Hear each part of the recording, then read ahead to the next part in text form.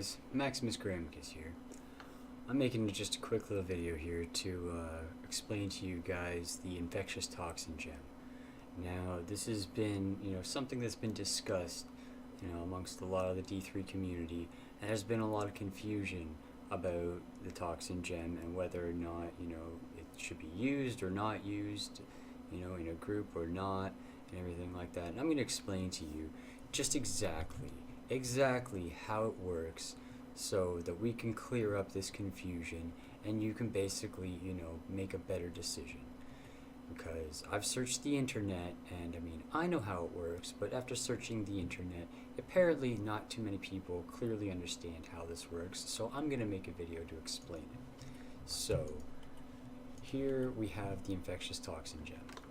So poison all enemies hit for X amount of damage over 10 seconds. So every time you hit an enemy, all enemies, poison all enemies hit. So every time you hit something, it's going to poison it over 10 seconds for that much damage. 4,300 weapon damage. Cool. So, secondary ability. All enemies you poison take 10% increased damage from all sources. Now here's the confusion. Now people are wondering, does that mean that I basically get a 10% increased damage amp? And does it stack?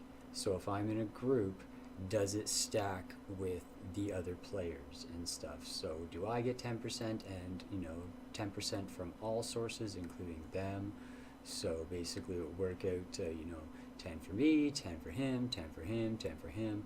So, and if they all have them as well, and they're stacking and they're applying across the board, in theory, it should work out to everybody gets a 40% damage amplification. Everybody's pitching in a 10% damage amp, and all other sources from all other guys, so they should all be getting a 40% damage amplification, in theory, as long as they're all hitting stuff and keeping the hit and keeping the damage amplification up. Some people may not even realize you do not actually have to use a poison skill to apply this damage amplification. It is simply done on hit.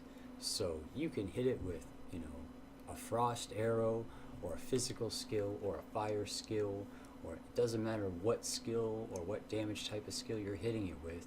You just have to hit it with anything yourself, and it can't be something from your sentries. Okay, Witch Doctor pets are different. They will apply your sentries. No, they will apply the damage on hit, and you can shoot it as well. And your pets will now do that now as well. Witch Doctor pets will also apply the poison on hit and the damage amplification. But here's the thing: they do not stack. Okay. The damage amplifications from the Infectious Toxin gem do not stack. So, here's how it works, and here's how I'm going to explain it so that you can understand how and why they do not stack. And the best way to do this is to have a quick little look at the passive ability from Wizards here, which I've been recently playing. And it basically let me put into words here. So elemental exposure.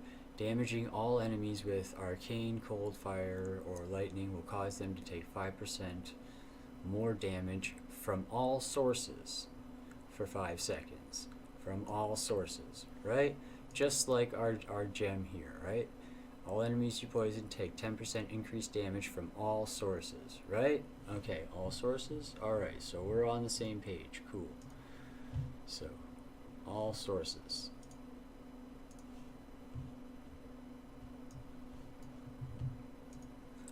Each blah blah blah, each different damage type applies a stack.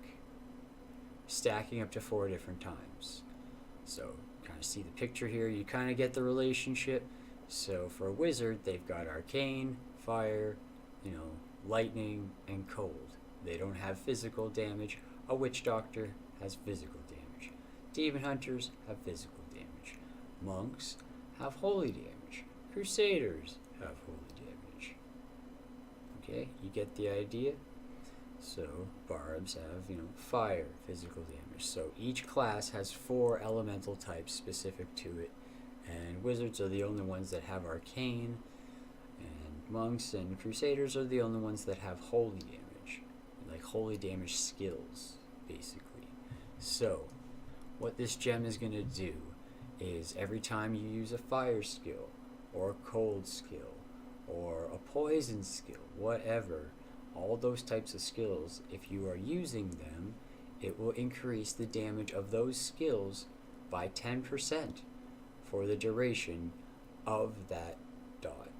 So every time you hit a target, every time your sentry hits a target, your pets hit a target, it applies or refreshes the dot timer of 10 seconds, from which all of your magic pools, fire, and all of those will receive 10% extra damage.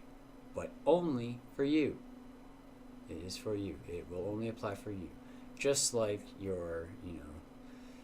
this will increase the damage of your pets, but it will only increase the damage of your pets. And this gem will increase, it will cause a bleed, but the bleed damage from this gem and the bleed damage from another person's gem will not stack. Pain enhancer. The bleeds won't stack.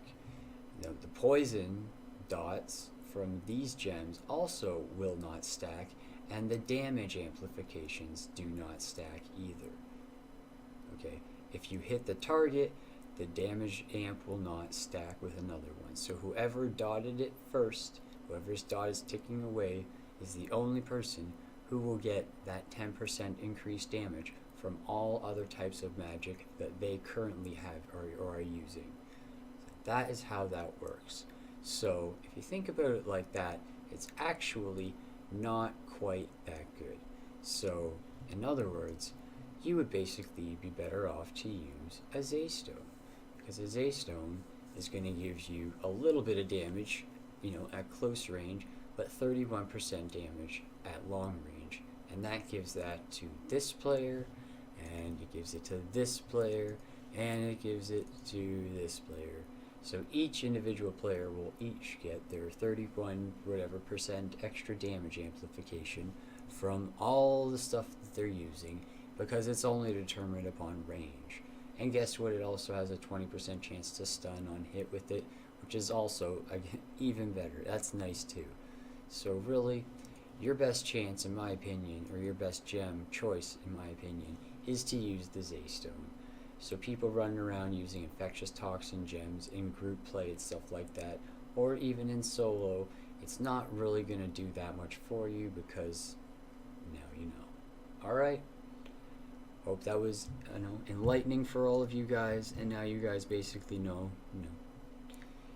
if you want to use it, if you want to level it up, because all your other gems are leveled up more or less, and it's just something to level up, go for it. But use the Zaystone, especially if you're a Demon Hunter, Enforcer, Bane of the Trapped, Zaystone.